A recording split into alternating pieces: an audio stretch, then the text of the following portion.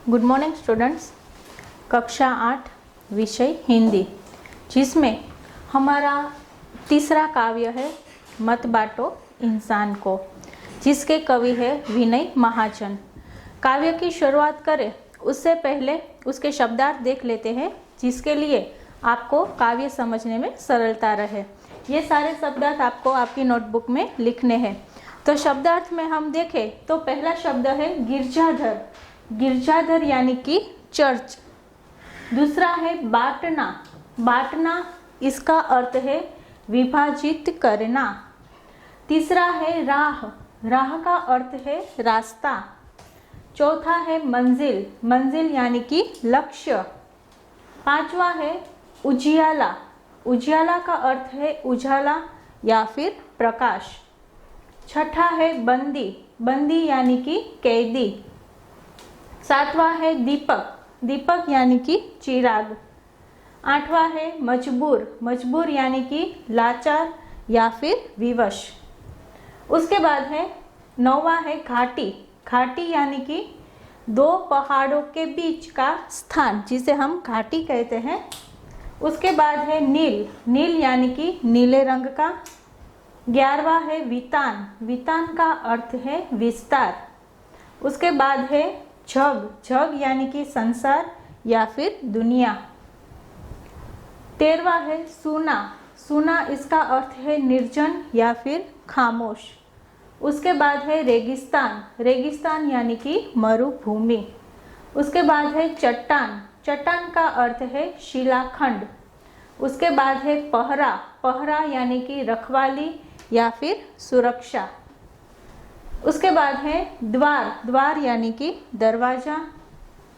18वां है उदास। उदास यानी कि दुखी। 19वां है बहार। बहार यानी कि शोभा या फिर वसंत। 20वां है आंगन।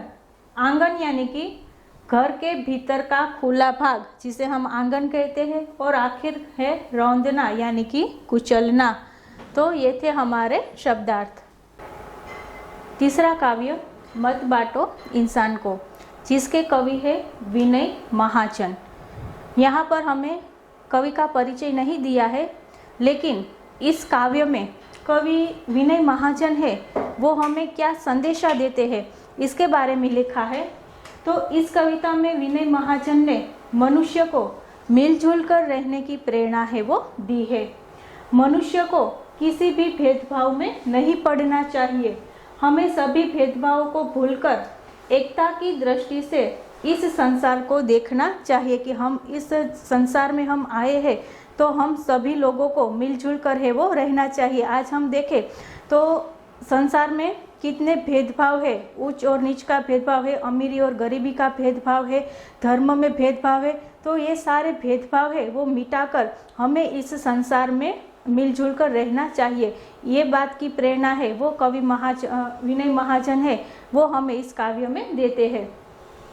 यह प्रकृति भी हमें निरंतर यही उपदेश देती है कि हमारी जो प्रकृति है वो भी हमें हमेशा यही उपदेश देती है कि हमें मिलजुल कर रहना है वो चाहिए। जो प्रकृति है वो कभी किसी भी व्यक्ति में भेदभाव है वो नहीं करते। जैसे कि सूरज है, आकाश है, धरती है, वो किसी भी तरह का भेदभाव है वो नहीं करते। मान लो सूरज है तो वो ऐसे नहीं कहेगा कि ये अमीर लोग है तो उस पर मैं ज़्यादा प्रकाश डालूं और ये गरीब लोग है तो उस पर मैं कम प्रकाश डालूं, ऐसा नहीं है। तो जो हमारे कुदरती तत्व है वो भी कोई भेदभाव नहीं करते हैं। तो हम तो इंसान है, तो हमें कोई भी भेदभाव न करके सभी लोगों को मिलजुल कर है वो रहना चाहिए। तो हम इस कविता में कवि विनय महाजन ने प्रकृति के उदाहरण द्वारा हमें एक साथ रहने की प्रेरणा है वो इस काव्य में हमें उसने दी है। तो इस कविता में एकता, मिलजुल कर रहना और समानता आदि मूल्य है वो समाविष्ट है वो हुए हैं। काव्य में हम देखें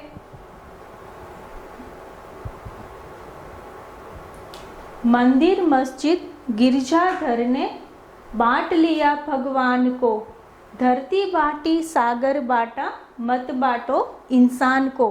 कि कवि है विनय महाजन है वो इस पंक्ति में हमें कहना चाहते हैं कि भगवान तो सभी की एक ही है, लेकिन हमने इस भगवान को अलग अलग जगहों में विभाजित है वो कर दिया है। कोई मंदिर में जाकर भगवान की पूजा करता है, तो कोई मस्जिद में जाकर पूजा करता है, तो कोई गिरजाघर यानी कि चर्च, तो कोई वहाँ पर जाकर उसकी पूजा है वो करते हैं। तो भगवान तो एक ही है, लेकिन हमने उस भगवान का बंटवारा है वो कर दिया है।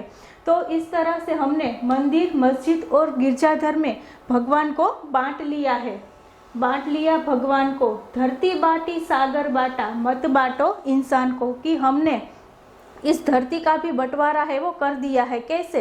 तो धरती पर अलग अलग देश है वो विभाजित है, जैसे अमेरिका है, भारत है, अफ्रीका है, चीन है, रशिया है। तो ये सारे देश में हमने हमारी जो धरती है वो विभाजित है वो कर दी है। और सागर का भी इसी तरह से हमने बंटवारा है वो कर लिया है कि अलग अलग समुद्र पर अलग अलग तरह के अधिकार है वो जमा लिए हैं। तो हमने ये जो कुदरती तत्व है उन सब में भी बंटवारा है वो कर लिया है। लेकिन अब तुम इंसान को मत बांटो इंसान को। इसका अर्थ है कि अब हमें इंसान का बंटवारा है वो नहीं करना चाहिए। इंसान का बंटवारा किस तरह नहीं करना चाहिए? तो कि हम है जो धर्म के नाम पे इंसान का बंटवारा करते हैं कि ये हिंदू है, ये मुसलमान है, ये सिख है, ये पारसी है, तो इस तरह से हमने विभाजित किया है। या फिर गोरे और काले रंग में भेदभाव हम करते हैं, या फिर अमीर और गरीब में भेदभाव करते हैं। तो इस तरह से हमने इंसान का बंटवारा है वो कर दिया है। तो कवि है वो निवेदन करते हैं कि हमने भगवान का तो बंटवारा कर दिया है, साथ ही साथ इस धरती का भी बंटवारा कर दिया है और सागर का बंटवारा भी कर दिया है, लेकिन अब हमें इंसान का बंटवारा है वो नहीं करना चाहिए। हम इस दुनिया में आए हैं तो हमें मिलजुल कर इस दुनिया में है वो रहना चाहिए। तो मत बांटो इंसान को, कि अब तुम इस मनुष्य का बंटवारा है वो मत करो। आगे देखें, अभी राह तो शुरू हुई है, मंजिल बैठी दूर है, उजियाला महलों में बंदी हर दीपक मजबूर है, मिला न सूरज का संदेशा हर घाटी मैदान को, धरती बांटी सागर बांटा मत बांटो इंसान को। कि समानता की जो प्रेरणा है वो तो अभी हम मानव के हृदय के दिल में है वो अभी तो शुरू हुई है। कि पहले के समय में हम देखें तो ये जो अमीरी गरीबी का भेदभाव था या फिर वर्ण का जो भेदभाव था वो ज़्यादा था, लेकिन जिस तरह से लोग शिक्षित हो ही जा रहे हैं तो उस तरह से ये जो समानता की दूरी है वो कम होती जा रही है। आज हम देखें तो सभी वर्ण के लोग हैं वो हर जगह पे हमें देखने को मिलते हैं, वो शिक्षण क्षेत्र में हो या फिर व्यापार क्षेत्र में हो, हर एक क्षेत्र में हमें सभी वर्ण के लोग हैं वो देखने को मिलते हैं। तो ये जो समानता की दूरी है वो धीरे धीरे मनुष्य के हृदय से दूर हो रही है, लेकिन मंजिल तो अभी बहुत दूर है। लेकिन ये जो असमानता की भावना है वो सभी मनुष्य के हृदय से अभी दूर है वो नहीं हुई है।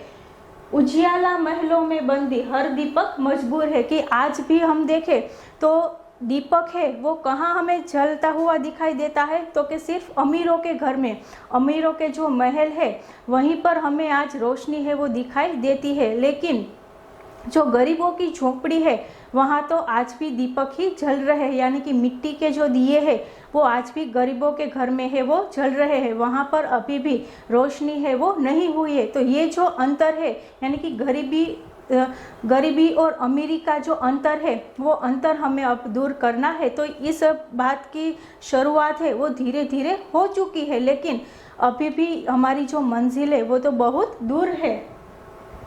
मिला न सूरज का संदेशा हर घाटी मैदान को, धरती बांटी सागर बांटा मत बांटो इंसान को। कि जो सूरज का संदेशा है वो अभी भी हर घाटी और मैदान तक नहीं पहुंचा है। कि सूरज है वो हमें क्या संदेशा देते हैं? जैसे सूरज है वो सुबह उगता है तो उस समय उसका प्रकाश है वो सभी जगह पर हमें दिखाई देता है। ऐसा नहीं है कि यहाँ पर कम है और वहाँ कम है, ज़्यादा है, ऐसा हमें दिखाई नहीं देता है। तो सूरज है वो हमें संदेशा देता है कि तुम अपना प्रकाश है वो चारों ओर फैलाओ।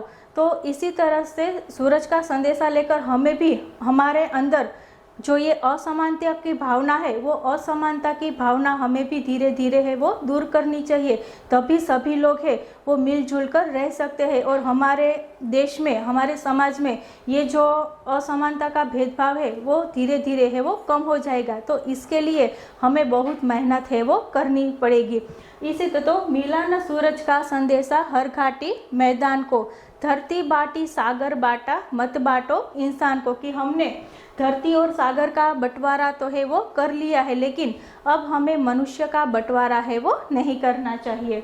आगे देखें, अब भी हरी भरी धरती है, ऊपर नील वितान है, पर न प्यार हो तो जब जलता रेगिस्तान है। कि हमारी जो धरती है वो कैसी है, तो कि वो अभी भी हरी भरी है, पूरे धरती है वो खेतरों से और हरियाली है वो पूरी धरती पर छाई हुई है। और आज भी हमारा जो आकाश है वो कैसा है, तो कि नीले रंग का है।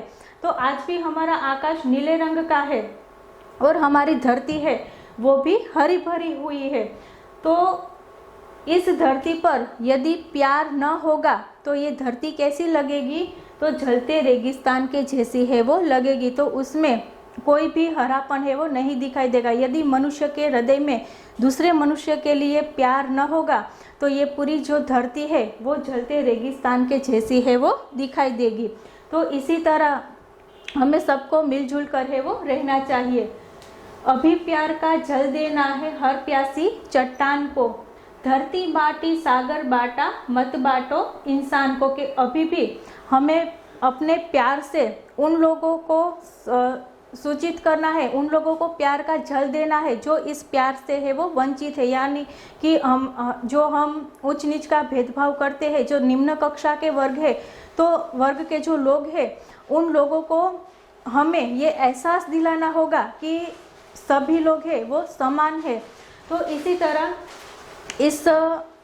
ये सब जो लोग हैं उसे हमें अपने प्यार से संचित करना है और उसके हृदय में भी हमें प्यार है वो जगाना है। तो प्यार का जल देना है इस प्यासी चट्टान को, धरती बाटी सागर बाटा मत बाटो इंसान को, कि हमने धरती और सागर का बंटवारा है वो कर लिया है, लेकिन अब हमें मनुष्य का बंटवारा है वो नहीं करना होगा। साथ उठे सब तो पहरा हो, सूरज का हर द्वार पर, हर उदास आंगन का हक हो खिलती हुई बहार पर, रोंद न पाएगा फिर कोई मौसम की मुस्कान को, धरती बाटी सागर बाटा मत बाटो इंसान को। कि हमें ये जो असमानता की भावना है इसके लिए हमें सब लोग को साथ मिलकर काम करना होगा। एक लोग के प्रयत्न से या फिर एक व्यक्ति के प्रयत्न से ये कार्य है वो नहीं होगा। इसके लिए हम सबको साथ में मिलकर और साथ में चलकर कार्य है वो करना होगा, तभी ये जो हमारे समाज में असमानता की भावना है वो धीरे धीरे है वो कम होगी। तो साथ उठे सब तो पहरा हो सूरज का हर द्वार पर, कि यदि हम सब साथ मिलकर कार्य करेंगे, साथ मिलकर प्रयास करेंगे, तो हर एक आंगन में खुशियों की जो लहर है वो खुशियों की लहर वो छा जाएंगी। हर उदास आंगन का हक हो खिलती हुई बहार पर, कि हर एक आंगन में हमें खुशियों की बहार है वो देखने को मिलेगी। जिस तरह से बगीचे में बहार आती है तो चारों ओर खुशियाँ ही खुशियाँ है वो हमें दिखाई देती है।